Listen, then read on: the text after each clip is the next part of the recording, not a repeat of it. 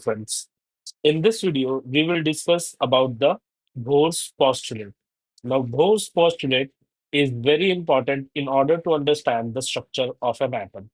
So, Bohr, he gave three postulates in order to explain his model of the atom. Now, let us discuss the very first postulate. So, in the first postulate, Bohr says that if you have an electron, it will always revolve in a circular orbit around the nucleus. And since the electron it is revolving in a circular orbit around the nucleus, it will need some centripetal force. And he says that that centripetal force will be provided by the force electrostatic force of attraction between the positively charged nucleus and the negatively charged electron. So mathematically speaking, we can write that this since the electron is revolving in our orbit of radius r with velocity v, so the centripetal force will be mv square by r, and the electrostatic force between the nucleus and the electron that would be 1 upon 4 pi epsilon naught z e square over r square as stated by Coulomb's law. So that is the first postulate. Let us discuss the second postulate.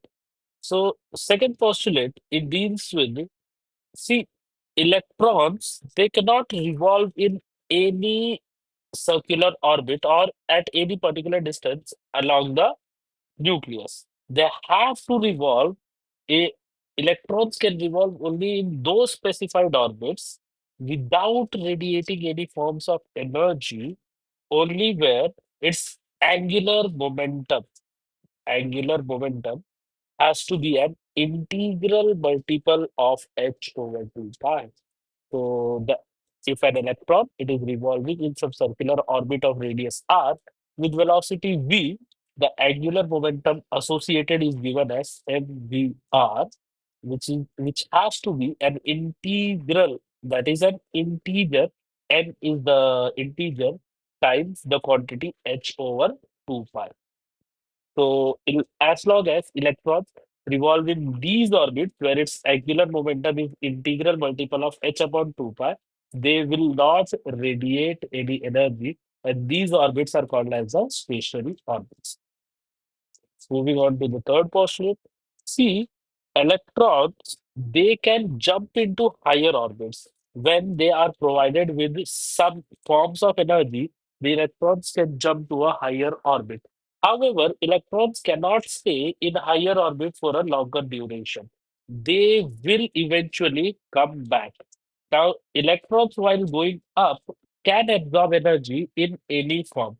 However, when an electron it jumps from some higher orbit, say some nth orbit with energy En, to some lower orbit, pth orbit with energy EP, while going down, it will always emit energy in the form of photon.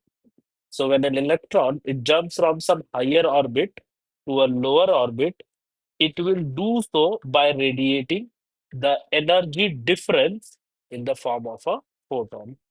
So, say electron jumps from nth orbit with energy En to a pth orbit with energy EP, then the difference between the energy of these two orbits, that is En minus EP, and that will be equal to the energy of the photon, which is h into nu, where h is your Planck's constant and nu is the frequency of photon.